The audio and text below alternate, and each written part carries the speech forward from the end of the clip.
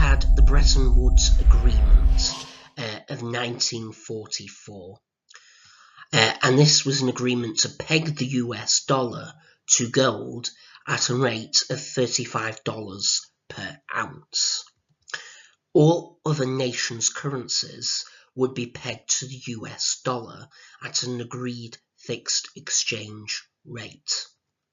Foreign governments would keep US dollars in reserve and given the right to redeem them in gold at the agreed rate. In the 1960s, however, the US was damaged by the cost of the Vietnam War. It expanded its monetary supply to pay for it, beyond the value of its gold reserves. This led France to demand their dollars to be redeemed for gold, and in 1971, President Nixon took the US dollar off the gold peg. This led to the Fiat Currency Era from the 1970s to the present day, and this is money by government command. 1971, President Nixon took the US dollar off the gold peg. Governments would now decide what their monetary supply should be. In 1973, you had the Great Inflation, when OPEC countries imposed an oil blockade against Western countries for their support of Israel. National central banks expanded the monetary supply to compensate. This caused stagflation, high inflation, and unemployment.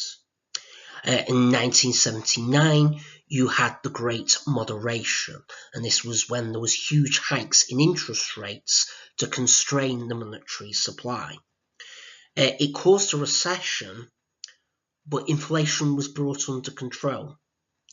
And now many national central banks have a low positive inflation rate as a target of monetary policy. But you have also had a process of dematerialisation of money that has been occurring since the 1980s through to the present day. Since the 1980s, money has become increasingly electronic and digital. For example, debit and credit cards and other electronic transfers. The US, presently 3% of currency exists in physical form, that is, notes and coins. In the UK, presently 3 to 4% of currency exists in physical form. The remaining 96 to 7% of money is almost all created by banks. Private banks create money when they make loans. Purchasers take on a mortgage to buy houses. The lending bank created that money and took deeds as collateral. The banks only keep a fraction of deposits in reserve, justified on the expectation that depositors will not withdraw their money out all at the same time.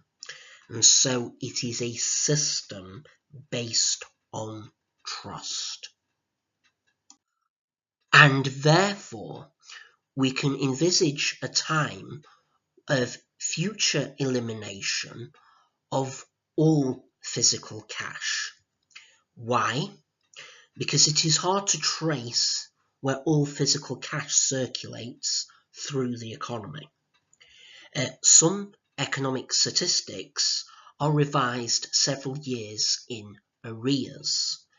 A completely digital currency could allow institutions to monitor cash and capital flows, possibly in real time.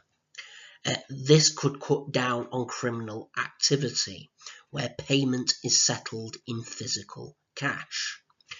An early example of this was the demonetarisation in India recently, where the government and the central bank removed 500 and 1,000 rupee notes from circulation.